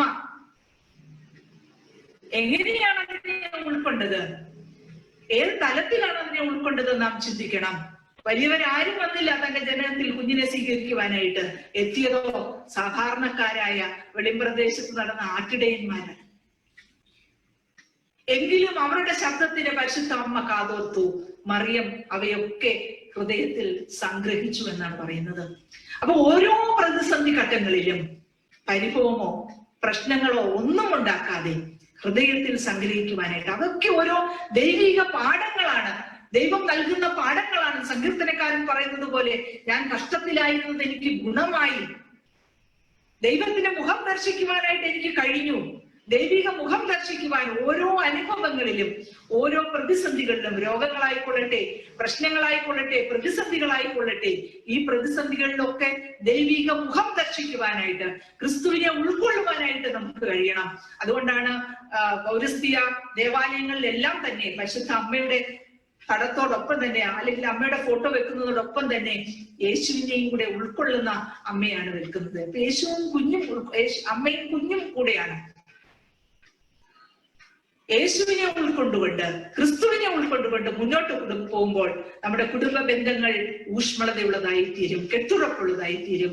ആ കെട്ടുറപ്പുള്ള കുടുംബ ബന്ധങ്ങളിൽ മാത്രമേ പുഞ്ചിരിക്കുവാനായിട്ട് നമുക്ക് സാധിക്കുകയുള്ളൂ. ഭാവിയെ ഓർത്ത് പുഞ്ചിരിക്കുവാനായിട്ട് കഴിയണമെങ്കിൽ കെട്ടുറപ്പുള്ള കുടുംബ ബന്ധങ്ങൾ അനിവാര്യമാണ്. നാലാമത്തെ ചിന്ത എന്ന് പറയുന്നത് സാമൂഹ്യ പ്രതിബദ്ധതയിൽ വളരുവാൻ നമുക്ക് കഴിയണമെന്നുള്ളതാണ്. സാമൂഹ്യ പ്രതിബദ്ധതയിൽ വളരുവാൻ നമുക്ക് കഴിയണം. ഒരു ശുശ്രൂഷയുടെ മനോഭാവത്തിൽ, മറ്റുള്ളവരെ ശുശ്രൂഷിക്കുന്ന അനുഭവത്തിലേക്ക്. മനുഷ്യൻ സമൂഹ ജീവിയാണ്. ആ സാമൂഹ്യ ജീവിയായ മനുഷ്യനെ മറ്റുള്ളവരുടെ സാഹചര്യങ്ങളിലും ഇടപെടലുകളും ഒക്കെ ഉണ്ടെങ്കിൽ മാത്രമേ ജീവിതം മുന്നോട്ട് കൊണ്ടുപോകാനായിട്ട് സാധിക്കുകയുള്ളൂ. എനിക്ക് ഒറ്റയ്ക്ക് ജീവിക്കുവാനായിട്ട് കഴിയുകയില്ല. അങ്ങനെയാണ് മനുഷ്യന്റെ ജീവിതം തന്നെ രൂപപ്പെടുത്തിയിരിക്കുന്നത്. അപ്പൊ സമൂഹത്തെ ഉൾക്കൊണ്ടുകൊണ്ട് മുന്നോട്ട് പോകുവാൻ, സമൂഹത്തിന്റെ സ്പർശനങ്ങളെ മനസ്സിലാക്കി, സ്പന്ദനങ്ങളെ മനസ്സിലാക്കി, അവയെ ഉൾക്കൊണ്ടുകൊണ്ട് മുന്നോട്ട് പോകുവാൻ നമുക്ക് കഴിയണം. സമൂഹത്തിൽ നിന്ന് മാറി നമുക്ക് ജീവിക്കുവാനായിട്ട് സാധിക്കുകയില്ല. അതുകൊണ്ട് പരിശുദ്ധ അമ്മ ഓർമ്മിപ്പിക്കുന്നു, പ്രശ്നങ്ങൾ ഉണ്ടാകുമ്പോൾ, പ്രതിസന്ധികൾ ഉണ്ടാകുമ്പോൾ, കാനാവിലെ കല്യാണ വീട്ടിൽ ഒരു പ്രതിസന്ധി ഉണ്ടായപ്പോൾ അതിൽ ഇടപെടുവാനായിട്ട് പരിശുദ്ധ അമ്മ നിയോഗിക്കപ്പെടുകയാണ്. തന്റെ മകനോട് പറയുകയാണ് അതിൽ ഇടപെടുവാനായിട്ട്. അപ്പൊ സമൂഹത്തിലെ ഒരു പ്രതിസന്ധിയിൽ, ഒരു പ്രശ്നത്തിൽ ഇടപെടുവാനായിട്ട്, സമൂഹത്തിലേക്ക് ഇറങ്ങി ചെല്ലുവാനായിട്ട് നമുക്ക് കഴിയണം എന്നുള്ളത്. അവിടെയാണ് സാമൂഹ്യ പ്രതിബദ്ധതയുടെ ഒരു തലം എന്ന് പറയുന്നത്. ഗൾഫ് മേഖലയിലെ എല്ലാ പള്ളികളും സാമൂഹ്യ പ്രതിബദ്ധതയുടെ വലിയ പാഠങ്ങൾ പകർന്നു നൽകുന്ന പള്ളികളാണ്. പ്രത്യേകിച്ചും ഷാർജ ഇടവക എത്രമാത്രം കാരുണ്യ പ്രവർത്തനങ്ങളാണ് നൽകുന്നത്. മറ്റുള്ളവരെ ദൈവിക ഇതിലേക്ക് വളർത്തുവാൻ, അവരെയും ഒന്ന് ഉയർത്തുവാൻ, നമ്മോടൊപ്പം അവരെയും എത്തിക്കുവാൻ. പ്രയാസങ്ങളിൽ കഴിയുന്നവർ, രോഗത്തിൽ കഴിയുന്നവർ, സാമ്പത്തികമായി ബുദ്ധിമുട്ട് അനുഭവിക്കുന്നവർ സമൂഹത്തിലേക്ക് ഇറങ്ങി ചെല്ലുവാൻ. അങ്ങനെ ഒരു സമൂഹത്തിലേക്ക് ഒരു സാമൂഹിക പ്രതിബദ്ധത നമ്മുടെ ഉള്ളിൽ ഉണ്ടാകണമെങ്കിൽ അത് നമ്മുടെ കുടുംബ ബന്ധങ്ങളിൽ നിന്ന് മാത്രമേ നമുക്ക് ലഭിക്കുകയുള്ളൂ. ആ ഒരു സാമൂഹ്യ പ്രതിബദ്ധതയിലേക്ക് നമുക്ക് ഇറങ്ങി ചെല്ലണമെങ്കിൽ ക്രിസ്തു കേന്ദ്രീകൃതമായ ഒരു ജീവിതം ഉണ്ടെങ്കിൽ മാത്രമേ നമുക്ക് അതിന് സാധിക്കുകയുള്ളൂ. ആ ക്രിസ്തുവിനെ ഉൾക്കൊണ്ടുകൊണ്ടെങ്കിൽ മാത്രമേ മറ്റുള്ളവരുടെ വേദനകളിൽ അവരെ കാണുമ്പോൾ അവരുടെ ഉള്ളിൽ ദൈവിക ചൈതന്യം ഉണ്ട് എന്ന് മനസ്സിലാക്കണമെങ്കിൽ, ആ ദൈവികമായ നമ്മുടെ ഉള്ളിലെ ദൈവിക ചൈതന്യത്തെ പുതുക്കിയെങ്കിൽ മാത്രമേ അവരുടെ ഉള്ളിലെ ദൈവിക ചൈതന്യത്തെ നമുക്ക് മനസ്സിലാക്കാനായിട്ട് കഴിയുള്ളൂ. അതുകൊണ്ടാണ് നമ്മുടെ സഹോദരങ്ങളെ മനസ്സിലാക്കുവാൻ, നമ്മുടെ അയൽക്കാരെ മനസ്സിലാക്കുവാൻ, മറ്റുള്ളവരെ കരുതുവാനുള്ള ഒരു സാമൂഹ്യ പ്രതിബദ്ധതയുടെ ഇടം, ഒരു ശുശ്രൂഷയുടെ മനോഭാവം നമുക്കുണ്ടാകണം. പരിശുദ്ധ അമ്മ നമുക്ക് കാട്ടിത്തരുന്നതാണ്. എലിസബത്തിന്റെ അടുക്കിലേക്ക് ശുശ്രൂഷയ്ക്കായി പോവുകയാണ്. തന്റെ ജീവിതം കൊണ്ട് മറ്റുള്ളവരെ ശുശ്രൂഷിക്കുക, മറ്റുള്ളവർക്ക് നന്മയായി തീരുവാൻ, തന്റെ പ്രതിസന്ധികളെ മറന്നുകൊണ്ട്, തന്റെ പ്രശ്നങ്ങളെ മറന്നുകൊണ്ട് മറ്റുള്ളവർക്ക് നന്മയായി തീരുവാനുള്ള ഒരു ആഹ്വാനമാണ് പരിശുദ്ധ അമ്മ നമുക്ക് നൽകുന്നത്. അതുകൊണ്ട് നമ്മുടെ ജീവിതത്തിലും മറ്റുള്ളവർക്ക് നന്മയായി തീരുവാൻ, പ്രതിബദ്ധതയുള്ളവരായി മാറുവാൻ, സമൂഹത്തെ കാണുവാൻ, മറ്റുള്ളവരെ ഉൾക്കൊള്ളുവാൻ, അതിലേക്ക് ഇറങ്ങി ചെല്ലുവാൻ, സമൂഹത്തിലേക്ക് ഇറങ്ങി ചെല്ലുന്ന ഒരു പാഠം, ഒരു ആത്മീയ പാഠം നാം ഉൾക്കൊള്ളണം. അവിടെയാണ് പുഞ്ചിരിക്കുവാനായിട്ട്, നന്മ ചെയ്യുമ്പോൾ നമുക്ക് ലഭ്യമാകുന്ന ഒരു സമാധാനം, ഒരു സന്തോഷം, അത് അനുഭവിക്കുവാനായിട്ട് കഴിയണമെങ്കിൽ ആ നന്മ നമ്മുടെ ജീവിതത്തിൽ ഉണ്ടായെങ്കിൽ മാത്രമേ സാധിക്കുള്ളൂ. അതുകൊണ്ട് ദൈവം നമുക്ക് നൽകിയിട്ടുള്ള നമ്മുടെ ആരോഗ്യം, നമ്മുടെ പണം, നമ്മുടെ വിദ്യാഭ്യാസം, നമ്മുടെ കഴിവുകൾ, ഇവയൊക്കെ ദൈവം നമുക്ക് ദാനമായി നൽകിയിട്ടുള്ളതാണ്. അവ മറ്റുള്ളവർക്ക് കൂടി നൽകുവാനുള്ള ഉത്തരവാദിത്വം, ലഭിച്ചിട്ടുള്ളതൊന്നും എനിക്ക് മാത്രമല്ല, മറ്റുള്ളവർക്ക് കൂടി അല്പം നൽകുവാൻ, മറ്റുള്ളവരുടെ വേദനകളിൽ അല്പം ഒന്ന് പങ്കാളികളാകുവാൻ, ഒരു ചെറു വിരലുകൾ കൊണ്ട് പോലും ഒന്നൊരു സ്വാന്തനം നൽകുവാൻ, ഒരു പുഞ്ചിരി കൊണ്ട് മറ്റുള്ളവർക്ക് സ്വാന്തനമേകുവാൻ, അനേകർക്ക് സ്വാന്തനമേകുവാൻ, ദൈവമാതാവായി തീരുവാൻ പരിശുദ്ധ അമ്മയ്ക്ക് കഴിഞ്ഞു. മറ്റുള്ളവർക്ക് സ്വാന്തനമേകുവാൻ നമുക്ക് കഴിയുമ്പോഴാണ് വേദനകളും പ്രയാസങ്ങളും ദുഃഖങ്ങളും അനുഭവിക്കുന്നവരെ മനസ്സിലാക്കുവാനായിട്ട് നമുക്ക് കഴിയുന്നത്. പ്രതിബദ്ധതയുടെ ഒരു വലിയ തലമാണ്. അത് സമൂഹത്തിലേക്ക് ഇറങ്ങി ചെല്ലണമെങ്കിൽ നമ്മുടെ ഈഗോ മാറ്റിയെങ്കിൽ മാത്രമേ സാധിക്കുകയുള്ളൂ. ഞാനെന്നുള്ള മനോഭാവം മാറിയെങ്കിൽ മാത്രമേ അതിന് സാധിക്കുകയുള്ളൂ. അതുകൊണ്ട് സ്വയം സമർപ്പിക്കുവാനായിട്ട് ദൈവത്തിനു മുമ്പാകെ, അത് ദൈവിക പദ്ധതിയാണെന്ന് മനസ്സിലാക്കിക്കൊണ്ട്, അവിടെയാണ് ഏറ്റവും ചിന്തിക്കേണ്ടതായിട്ടുള്ള കാര്യം. ദൈവിക പദ്ധതികൾക്ക് മനസ്സിലാക്കിക്കൊണ്ട് പരിശുദ്ധ അമ്മ സ്വയം സമർപ്പിച്ചതുപോലെ ദൈവിക പദ്ധതികൾ മനസ്സിലാക്കി സ്വയം സമർപ്പിക്കുവാൻ നമ്മുടെ ജീവിതം കൊണ്ട് നമുക്ക് കഴിയണം. അതുകൊണ്ട് സാമൂഹ്യ പ്രതിബദ്ധതയിൽ വളർന്നു വരുവാനായിട്ട് നമുക്ക് കഴിയണം. ആ സാമൂഹ്യ പ്രതിബദ്ധതയിൽ ശുശ്രൂഷയുടെ ഒരു മനോഭാവത്തിലേക്ക്, മറ്റുള്ളവരെ ശുശ്രൂഷിക്കുന്ന, അത് ക്രിസ്തു കാട്ടിത്തന്ന മാതൃകയാണ്, കാലുകളെ കഴുകുന്ന മാതൃക. ആ ഒരു ശുശ്രൂഷയുടെ മാതൃകയിലേക്ക് നമുക്ക് എത്തിച്ചേരണം. ആ ഒരു ശുശ്രൂഷയുടെ മനോഭാവം നമ്മിൽ ഉണ്ടാകുമ്പോൾ സ്നേഹത്തിന്റെയും ത്യാഗത്തിന്റെയും കരുതലിന്റെയും ആർദ്ര കരുണന്റെയും ഒക്കെ ഭാവം നമ്മുടെ ഉള്ളിൽ ഉണ്ടാകും. അതാണ് ക്രിസ്തുവിന്റെ ഭാവം നിങ്ങളിൽ ഉണ്ടായിക്കട്ടെ എന്ന് പറയുന്നത്. ആ ക്രിസ്തുവിലേക്ക് വളരുന്ന അനുഭവമാണ്. ആ ക്രിസ്തുവിലേക്ക് വളരുന്ന അനുഭവം, ആ ദൈവിക സ്വഭാവം നമ്മിൽ ഉണ്ടാകുമ്പോൾ അവിടെ മറ്റുള്ളവരെ, സഹോദരനെ കാണുവാനും മറ്റുള്ളവർക്ക് പങ്കുവെക്കുവാനും ഒരു ഷെയറിങ്ങിന്റെയും ഒരു കെയറിങ്ങിന്റെയും ചേർത്ത് പിടിക്കുവാനും ഒക്കെയുള്ള ഒരു മനോഭാവം നമുക്കുണ്ടാകുന്നു. ഏറ്റവും അധികം പ്രയാസപ്പെടുന്നത് ഈ കോവിഡ് പോസിറ്റീവായിട്ടുള്ള ആളുകൾ എല്ലാവരാലും അവർ തിരസ്കരിക്കപ്പെടുകയാണ്. അവരുടെ കുടുംബം പോലും ആളുകൾ തിരസ്കരിക്കപ്പെടുകയാണ്. ആ ഒരു സോഷ്യൽ സ്റ്റിഗ്മ നാം മാറ്റിയെടുക്കണം. ഇത് നമുക്ക് നാളെയും എനിക്കും ഉണ്ടാകുന്ന അനുഭവമാണ് എന്നുള്ള ഒരു ചിന്തയിൽ, അത് ദൈവികമായ ഒരു ചിന്ത, അല്ലെങ്കിൽ ആ ദൈവിക സ്വഭാവത്തിലേക്ക് വളരുമ്പോഴാണ് സമൂഹത്തിൽ അവശരായവരെയും കഷ്ടപ്പെട്ടവരെയും രോഗികളെയും ഒക്കെ ചേർത്ത് പിടിക്കുന്ന ക്രിസ്തുവിനെയാണ് നമുക്ക് കാണാൻ സാധിക്കുന്നത്. അപ്പം ആ പ്രതിസന്ധികളിൽ, പ്രയാസങ്ങളിൽ, മറ്റുള്ളവരുടെ പ്രതിസന്ധികളിലും പ്രയാസങ്ങളും നമ്മുടേതാണെന്ന് കൂടെ മനസ്സിലാക്കി ഒരു സാമൂഹ്യ പ്രതിബദ്ധതയിൽ വളരുവാനായിട്ട് നമുക്ക് കഴിയുമ്പോഴാണ് ഈ പരിശുദ്ധ അമ്മയുടെ ജനന പെരുന്നാൾ നാം ആചരിക്കുമ്പോൾ നമുക്ക് അതിന് പ്രതിഫലം ലഭിക്കുന്നത്, ദൈവികമായ പ്രതിഫലം നമുക്ക് ലഭിക്കുന്നത്. അതുകൊണ്ട് 4 ചിന്തകളാണ് പങ്കുവെച്ചത്. ബലവും മഹിമയും നാം ആർജിച്ചെടുക്കണമെങ്കിൽ ബലവും മഹിമയും അവളുടെ ഉടുപ്പ്, ഭാവിയെ ഓർത്ത് പുഞ്ചിരിയിടുന്നു. ഭാവിയെ ഓർത്ത് പുഞ്ചിരിക്കുന്ന സ്ത്രീകൾ ഉണ്ടാകണം, ഭാവിയെ ഓർത്ത് പുഞ്ചിരിക്കുന്ന പുരുഷന്മാരുണ്ടാകണം, ഭാവിയെ ഓർത്ത് പുഞ്ചിരിക്കുന്ന കുടുംബജീവിതങ്ങൾ ഉണ്ടാകണം. അതുകൊണ്ട് ഭാവിയെ ഓർത്ത് പുഞ്ചിരിക്കുവാൻ, നമ്മുടെ ഇന്നത്തെ കാലത്തെ ഓർത്ത് പുഞ്ചിരിക്കുന്നതോടൊപ്പം തന്നെ വരും കാലത്തെ നന്മകളെ ഓർത്ത്, നമ്മുടെ പ്രകൃതിയുടെ സംരക്ഷണം, നമ്മുടെ സഹജീവികളുടെ അതിജീവനം, ഇവയൊക്കെ നമ്മുടെ ജീവിതമായി കണ്ടുകൊണ്ട് ഭാവിയെ ഓർത്ത് പുഞ്ചിരിക്കുവാൻ നമുക്ക് കഴിയണം. 4 ചിന്തകളാണ് പങ്കുവെച്ചത്. 1, നമ്മുടെ ഉള്ളിലുള്ള ദൈവിക ചൈതന്യത്തെ നാം നിരന്തരം പുതുക്കണം. 2, ബലവും മഹിമയും നാം ആർജിച്ചെടുക്കണം.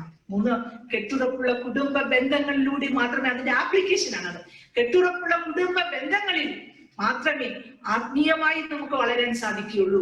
ഈ ബലവും മഹിമയും നമുക്ക് ആർജിച്ചെടുക്കുവാനായിട്ട് സാധിക്കുകയുള്ളൂ. ഈ ബലവും മഹിമയും ആർജിച്ചെടുക്കുമ്പോൾ, ആത്മീയമായി നാം വളരുമ്പോൾ നമുക്ക് സമൂഹത്തിന് നൽകുന്ന ഒരു പ്രതിബദ്ധത, ഒരു സാമൂഹ്യ പ്രതിബദ്ധത, സമൂഹത്തോടുള്ള ഒരു കടപ്പാട് നാം നിറവേറ്റുവാനായിട്ട് നമുക്ക് കഴിയണം. അവിടെയാണ് ഭാവിയെ ഓർത്ത്, കുഞ്ഞുങ്ങളെ ഓർത്ത്, സമൂഹത്തെ ഓർത്ത്, രാഷ്ട്രത്തെ ഓർത്ത്, ഇടവകയെ ഓർത്തൊക്കെ പുഞ്ചിരിക്കുവാനായിട്ട് നമുക്ക് കഴിയുന്നത്. പരിശുദ്ധ അമ്മ നമുക്ക് നൽകുന്ന പാഠവും അതാണ്. ആ ദൈവികത ഉൾക്കൊണ്ടുകൊണ്ട് ദൈവിക ചൈതന്യത്തെ നിരന്തരം പുതുക്കുവാൻ നമ്മുടെ ഇളം തലമുറയെ അതിലേക്ക് നയിക്കുവാനായിട്ട് ഇടയാകട്ടെ എന്ന് പ്രാർത്ഥിച്ചുകൊണ്ട് എല്ലാവർക്കും ദൈവികമായി വളരുവാനുള്ള പ്രാപ്തി ദൈവം തമ്പുരാൻ നൽകട്ടെ എന്ന് പ്രാർത്ഥിക്കുന്നു. ഒരു നിമിഷം നമുക്ക് തലകളെ വണക്കാം. ദൈവമായ കർത്താവേ, അവിടുത്തെ സന്നിധിയിൽ ഞങ്ങൾ അടുത്തു വന്നിരിക്കുന്നു. എന്നാൽ ആ ദേവാലയങ്ങളിൽ ഞങ്ങൾക്ക് എത്തിച്ചേരുവാനായിട്ട് കഴിയുന്നില്ല എങ്കിലും ദൂരെ ഇരുന്നു കൊണ്ട്, വീടുകളിൽ ഇരുന്നു കൊണ്ട്, സുരക്ഷിതരായി ഇരുന്നു കൊണ്ട്, പുതിയ ടെക്നോളജികൾ വഴി ദൈവിക വചനം ശ്രവിക്കുന്നതിനും ദൈവിക കാര്യങ്ങൾ മനസ്സിലാക്കുന്നതിനും തിരുവചനം പഠിക്കുന്നതിനുമുള്ള അവസരവും സാവകാശവും ഞങ്ങൾക്ക് നീ നൽകിയിരിക്കുന്നു. നീ ഞങ്ങളെ കാത്തുകൊള്ളണമേ, പരിപാലിക്കണമേ, കൃപകൾ കൊണ്ട് നിറയ്ക്കണമേ. ഞങ്ങളുടെ ഉള്ളിലെ ദൈവിക ചൈതന്യത്തെ നിരന്തരം പുതുക്കണമേ. ബലവും മഹിമയും ആർജിച്ചെടുക്കുവാനായിട്ട് ഞങ്ങൾക്ക് കഴിയണമേ. ഞങ്ങളുടെ കുടുംബ ബന്ധങ്ങൾ നാഥ അവിടുത്തെ സന്നിധിയിൽ സമർപ്പിക്കുന്നു. ഞങ്ങളുടെ കുടുംബ ബന്ധങ്ങളെ വാഴ്ത്തണമേ. പ്രതിസന്ധികളും പ്രയാസങ്ങളും ഉണ്ടാകുമ്പോൾ അവയൊക്കെ തരണം ചെയ്യുവാനായിട്ട് പരിശുദ്ധ അമ്മ അനുഭവിച്ച വേദനകളും പ്രയാസങ്ങളും ഒക്കെ ഓർക്കുമ്പോൾ ഞങ്ങളുടെ വേദനകളോ പ്രയാസങ്ങളോ ഒന്നുമല്ല എന്ന് ഞങ്ങൾ മനസ്സിലാക്കുന്നു. അവയൊക്കെ തരണം ചെയ്തുകൊണ്ട് കെട്ടുറപ്പുള്ള കുടുംബ ബന്ധങ്ങളിലൂടെ സമൂഹത്തെ മുന്നോട്ട് നയിക്കുവാൻ, സമൂഹത്തിലേക്ക് ഇറങ്ങിച്ചെന്ന് സാധാരണക്കാരായ ആളുകളുമായി താതാത്മ്യപ്പെടുവാൻ, സമൂഹത്തിന് നന്മ ചെയ്യുവാനുള്ള കൃപയും കരുതലും നാഥ നീ ഞങ്ങൾക്ക് നൽകണമേ. എല്ലാം അവിടുത്തെ തിരുസന്നിധിയിൽ സമർപ്പിക്കുന്നു. പ്രത്യേകിച്ചും ഷാർജ ഇടവകയിലെ സെന്റ് ഗ്രിഗോറിയോസ് ഇടവകയിലെ മർത്തമറിയം സമാജ പ്രവർത്തകരോടുള്ള നന്ദി സമർപ്പിക്കുന്നു. ഒപ്പം ഇതിന് എനിക്ക് അവസരം നൽകിയ ഇടവക വികാരി ജോർജ് അച്ഛനോടും സിസ്റ്റർ വികാരി ജയ്സൺ അച്ഛനോടും അതുപോലെ ഇടവക മാനേജിംഗ് കമ്മിറ്റി എല്ലാവരോടുമുള്ള നന്ദി സമർപ്പിക്കുന്നു. ഇത് ദൂരെയും ചാരിയും ഇരുന്ന